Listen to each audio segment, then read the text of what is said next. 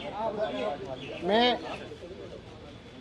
एक तो कल अमेरिका के एक सबसे बड़े अखबार और दुनिया के बहुत नामचीन अखबार न्यूयॉर्क टाइम्स में कल एक खबर छपी थी जिसमें दिल्ली के एजुकेशन मॉडल को फ्रंट पेज पे कवर किया गया है। ये भारत के लिए बहुत बड़ी बात है, बहुत गर्व की बात है कि देश का एजुकेशन मॉडल उस तरफ जा रहा है जहां दुनिया उसकी चर्चा कर रही है।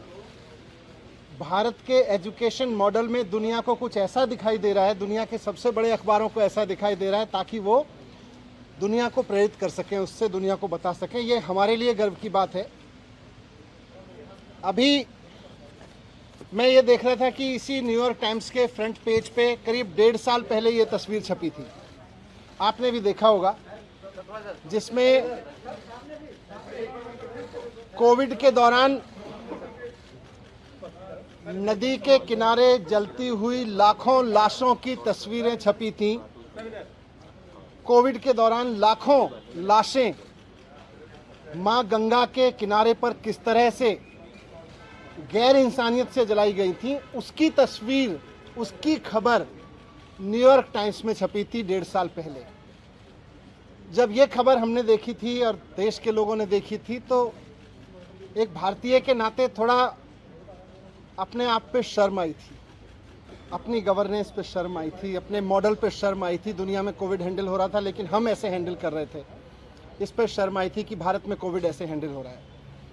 कल जब ये खबर छपी तो एक भारतीय के नाते सबको गर्व हुआ कि भारत में एजुकेशन का ऐसा मॉडल है जिसको न्यूयॉर्क टाइम्स जैसे अखबार फ्रंट पेज पे लीड स्टोरी बना बना के पूरी पिक्चर और पूरी स्टोरी छाप रहे हैं, इतना बड़ा आर्टिकल छाप रहे हैं। ये मेरे लिए भी गर्व की बात है, लेकिन मैं बहुत विनम्रता के साथ कहना चाहता हूँ कि ये खबर मेरी उपलब्धि नहीं है।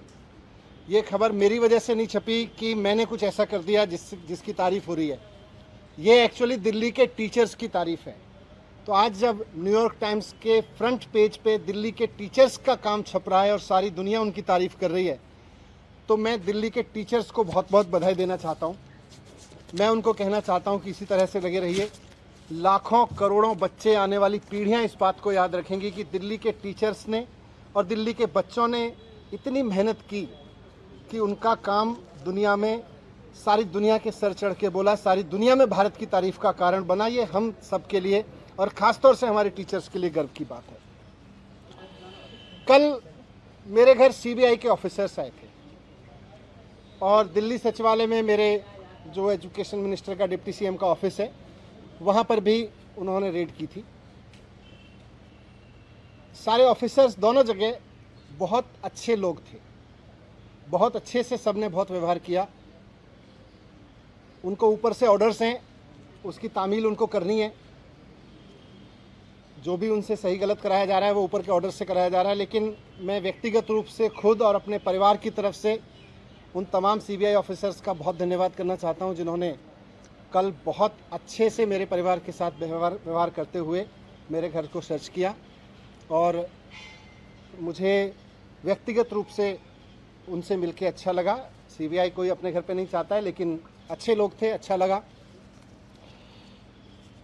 जिस एक्साइज पॉलिसी के बारे में ये सारा विवाद खड़ा किया जा रहा है, मैं उसके बारे में कहना चाहता हूं कि वो इस देश की सबसे बेस्ट एक्साइज पॉलिसी है और उस पॉलिसी को हम पूरी ट्रांसपेरेंसी और पूरी ईमानदारी से लागू कर रहे थे और बहुत ईमानदारी से वो पॉलिसी तैयार की गई। अगर दिल्ली के एलजी साहब ने 48 घंटे पहले उस पॉलिसी को फेल करने की साजिश के तहत अपना फैसला नहीं बदला होता तो आज दिल्ली सरकार को इस बेस्ट एक्साइज पॉलिसी से कम 10,000 करोड़ रुपए हर साल मिल रहे होते। ये लोग कह रहे हैं कि इस पॉलिसी में बहुत बड़ा घोटाला हो गया। कल मैं मनोज तिवारी जी का एक प्रेस कॉन्फ्रेंस देखा मैंने। मनोज तिवारी जी कह रहे थे कि 8,000 करोड़ का घोटाला हो गया है एक्साइज पॉलिसी में। मनीष सिसोदिया ने 8,000 करोड़ का घोटाला किया। फिर थोड़ी देर बाद बीजेपी के और एक नेता आए प्रेस कॉन्फ्रेंस करने या शायद किसी मीडिया में बात करने, वो बोले 1100 करोड़ का घोटाला मनीष सिसोदिया ने किया है। फिर मैं सोच रहा था कि एलजी साहब ने जो प्रेस रिलीज जारी किया था उसमें उन्होंने लिखा था 144 करोड़ का घोटाला कर दिया मनीष सिसोदिया ने। कल फिर जब सीबीआई के ऑफिसर्स आए तो वो एफआईआर लेके आए थे, उसमें ना 8000 करोड़ का जिक्र था, ना 1100 करोड़ का जिक्र था। उसमें लिखा था सोर्सेज कह रहे हैं कि 1 करोड़ का घोटाला हुआ है। सोर्सेज कह रहे हैं कि 1 करोड़ का घोटाला हुआ है, ये सीबीआई की एफआईआर कह रही है। इसमें ना 144 करोड़ का जिक्र है, ना 11,000 करोड़ का जिक्र है, 1100 करोड़ का, ना 8000 करोड़ का मनोज तिवारी जी वाला जिक्र है। मैं कह रहा हूं कि ये सब बकवास है, ये सब बकवास कर रहे हैं। इस पूरी पॉलिसी में कोई घोटाला नहीं हुआ, बहुत शानदार पॉलिसी है। और जो ये लोग कह रहे हैं, इनको ना तो कुछ पता है, ना इन्होंने कुछ पढ़ा है, बस इनको तो कहीं से कोई स्क्रिप्ट जो दी जाती है ये उसको रटते हैं।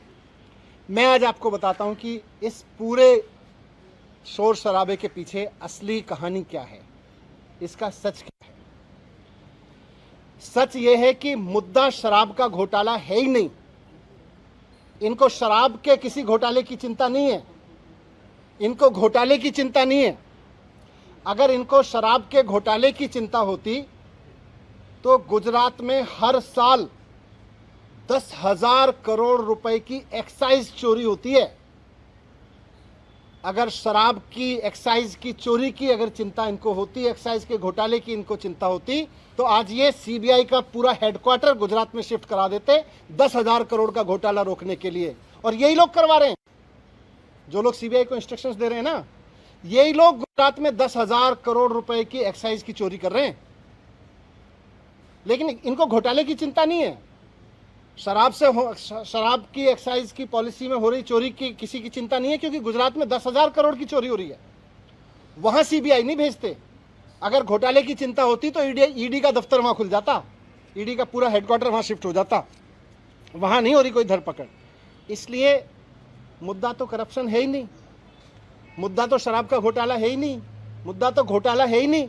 अगर मुद्दा घोटाला होता तो प्रधानमंत्री जी ने कुछ दिन पहले बुंदेलखंड एक्सप्रेसवे का उद्घाटन किया था। आप सबने देखा था, आप सबने दिखाया था, सारे मीडिया ने चलाया था। और सारे मीडिया ने देश के बहुत शोर से बताया कि प्रधानमंत्री जी ने जिस हाईवे का, एक्सप्रेसवे का उद्घाटन किया था, 5 दिन के अंदर अंदर वो पूरी तरह से धंस गया। बहुत बड़ा घोटाला हुआ वो एक्सप्रेसवे बनाने में, हाईवे बनाने में।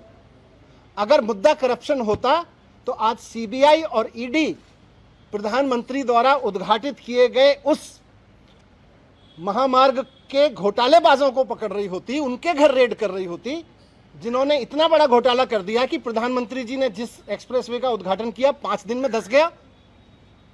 वो है घोटाला। लेकिन जैसा मैं कह रहा हूं, मुद्दा घोटाला है ही नहीं। शराब या एक्साइज की चोरी इनकी परेशानी है ही नहीं। इनकी परेशानी है अरविंद केजरीवाल। इनकी परेशानी है कि अरविंद केजरीवाल जिस तरह से अब पूरे देश में एक काम करने वाले ईमानदार नेता के रूप में पहचान बनाते जा रहे हैं और पूरे देश के लोग अब उनको पसंद करने लगे हैं, इनकी परेशानी ये है। और पंजाब के बाद तो पूरे देश में अरविंद केजरीवाल जी को एक राष्ट्रीय विकल्प के रूप में देखा जाने लगा है। इनकी परेशानी ये है।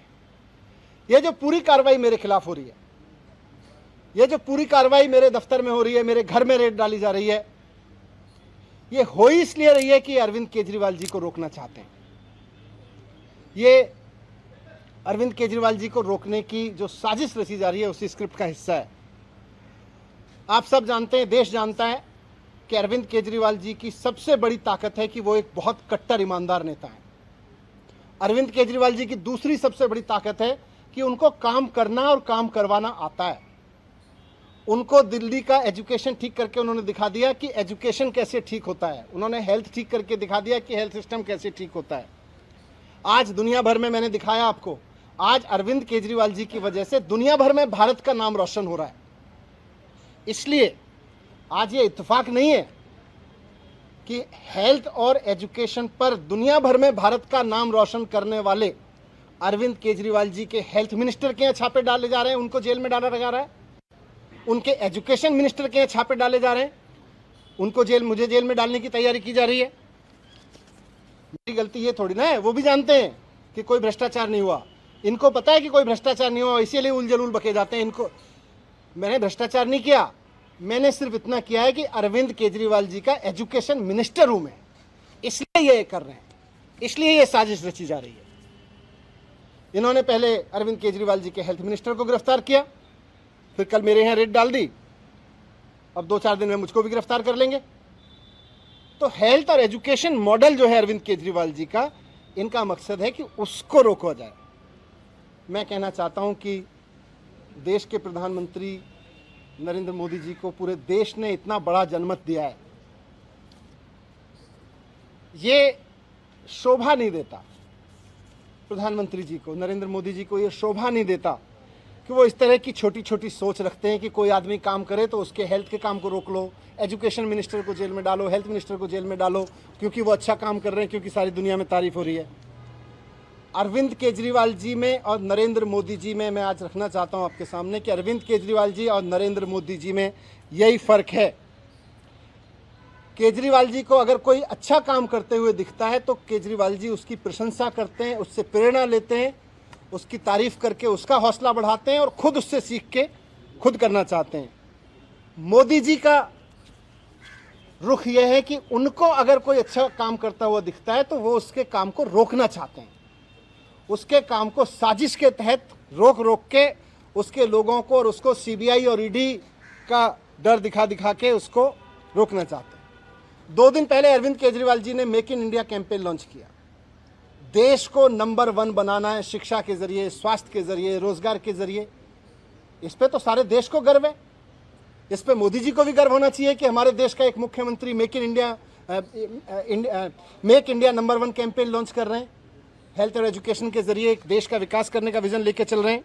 मोदी जी को तो इनको सपोर्ट करना चाहिए था। लेकिन जिस दिन अरविंद केजरीवाल जी ने मेक इंडिया नंबर 1 कैंपेन जारी किया, उसके 2 दिन के अंदर अंदर मोदी जी ने केजरीवाल जी के एजुकेशन मिनिस्टर के यहाँ पे सीबीआई की रेड करवा दी। केजरीवाल जी गरीबों के लिए, आम मिडिल क्लास आम आदमी के लिए काम करते हैं, उसके लिए सोचते हैं। मोदी जी केवल और केवल अपने कुछ करोड़पति अरबपति लोगों के लिए, अपने कुछ अरबपति दोस्तों के लिए सोचते हैं, उनके लिए काम करते हैं। केजरीवाल जी 24 घंटे देश के लिए सोचते हैं कि कैसे देश को आगे बढ़ाया जाए, कैसे सारे बच्चों को अच्छी शिक्षा दी जाए, कैसे किसी गरीब से गरीब आदमी का इलाज करवा दिया जाए। मोदी जी 24 घंटे ये सोचते हैं कि कौन से राज्य में पोजीशन की सरकार है, उसको पैसे देके या सीबीआई का डर दिखा के या ईडी का डर दिखा के कैसे उसको गिरा दिया जाए। मोदी जी 24 घंटे ये सोचते रहते हैं।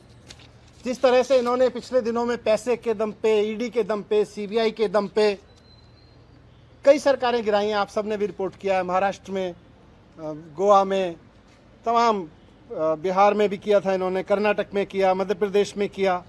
पूरे देश के लोग इनसे अब दुखी हैं कि यार हम सरकार चुनते हैं, मोदी जी केवल 24 घंटे उसको गिराने में लगे रहते हैं। अरे आपको देश का प्रधानमंत्री बनाया, आप देश के लिए अच्छा सोचो। जिनको हमने राज्य के लिए किया है उसको राज्य के लिए अच्छा सोचें। मोदी जी केवल सीबीआई, ईडी, पैसा सब लगा के, साम दाम दंड भेद लगा के केवल सरकारें गिराने का 24 घंटे सपना देखते हैं। उसके अलावा मोदी जी को कोई सपना ही नहीं आता आजकल। मैं आज आपके सामने कहना चाहता हूं कि 2024 का चुनाव आम आदमी party versus Bharatiya Janata party होने जा रहा है। अब तक लोग पूछते थे कि मोदी वर्सेस हु। अब पूरे देश में माहौल बन रहा है कि मोदी जी नहीं चाहिए, अरविंद केजरीवाल जी को एक मौका देना है, एक मौका अरविंद केजरीवाल जी को देना है। अब ये बात पूरे देश से गूंजने लगी है। पूरा देश आज अरविंद केजरीवाल जी के साथ चल रहा है, इसलिए मोदी जी आज रोकना चाहते हैं। आज से 3-4 दिन के अंदर, हो सकता है आज कल परसों में, कभी भी ये सीबीआई, ईडी भेज के मुझे भी गिरफ्तार कर लेंगे, कई सारे और आप नेताओं को भी गिरफ्तार कर लेंगे। लेकिन मैं कहना चाहता हूं कि हम भगत सिंह के फॉलोअर हैं, हम अपने आप को भगत सिंह की संतान मानते हैं। हम डरने वाले नहीं हैं तुम्हारी सीबीआई से, तुम्हारी ईडी से, तुम्हारे पैसे के आगे बिकने वाले नहीं हैं। हमको नहीं तोड़ पाओगे तुम, हमको नहीं झुका पाओगे। आज मैं कह रहा हूँ, हम देश के लिए जान भी कुर्बान करेंगे, हम देश के लिए जेल भी जाएंगे, लेकिन लाखों बच्चों का भविष्य संवारना बंद नहीं करेंगे, करोड़ों लोगों के इलाज के लिए काम कराना बंद नहीं करेंगे। आज हमारे साथ अरविंद केजरीवाल जी के साथ लाखों बच्चों की दुआएं हैं, करोड़ों लोगों की दुआएं हैं, करोड़ों पेरेंट्स की दुआएं हैं। हम आपसे डरने वाले नहीं हैं। अगला चुनाव तो अब मोदी वर्सेस अरविंद केजरीवाल होकर रहेगा। धन्यवाद। मनीष जी, जब आप ये बात कर रहे हैं तो सवाल ये उठते हैं कि रेड जो हुई वो एक्साइज पॉलिसी को लेकर हुई और आप एजुकेशन और हेल्थ पे चले जाते हैं। ये नहीं बता रहे हैं कि आपने जो पॉलिसी में लास्ट में बंद करके पुरानी पॉलिसी को शुरू किया, उससे आपको अगर फायदा था तो आपने बदली क्यों? देखो, मैं अभी बोला कि मुद्दा तो एक्साइज पॉलिसी या भ्रष्टाचार है ही नहीं तो अगर एक्साइज पॉलिसी का भ्रष्टाचार होता तो आज गुजरात में रेड हो रही होती। हुज ट्रेजेडी हो गई गुजरात में। कौन कर रहा है? वहां पे सीबीआई रेड नहीं कर रहे, वहां पे ईडी रेड नहीं कर रही, यहाँ पे हो रही है ईडी सीबीआई रेड। मुझे जेल भेजेंगे, उन लोगों को जेल भेजते। इनके ही तो लोग हैं वो करा रहे हैं, 10,000 करोड़ की चोरी कर ले रहे हैं, लोग मरवा रहे हैं। तो मुद्दा तो असली है कि अरविंद केजरीवाल को कैसे रोकना है। इस पे पुरानी पॉलिसी दोबारा से क्यों लाई गई?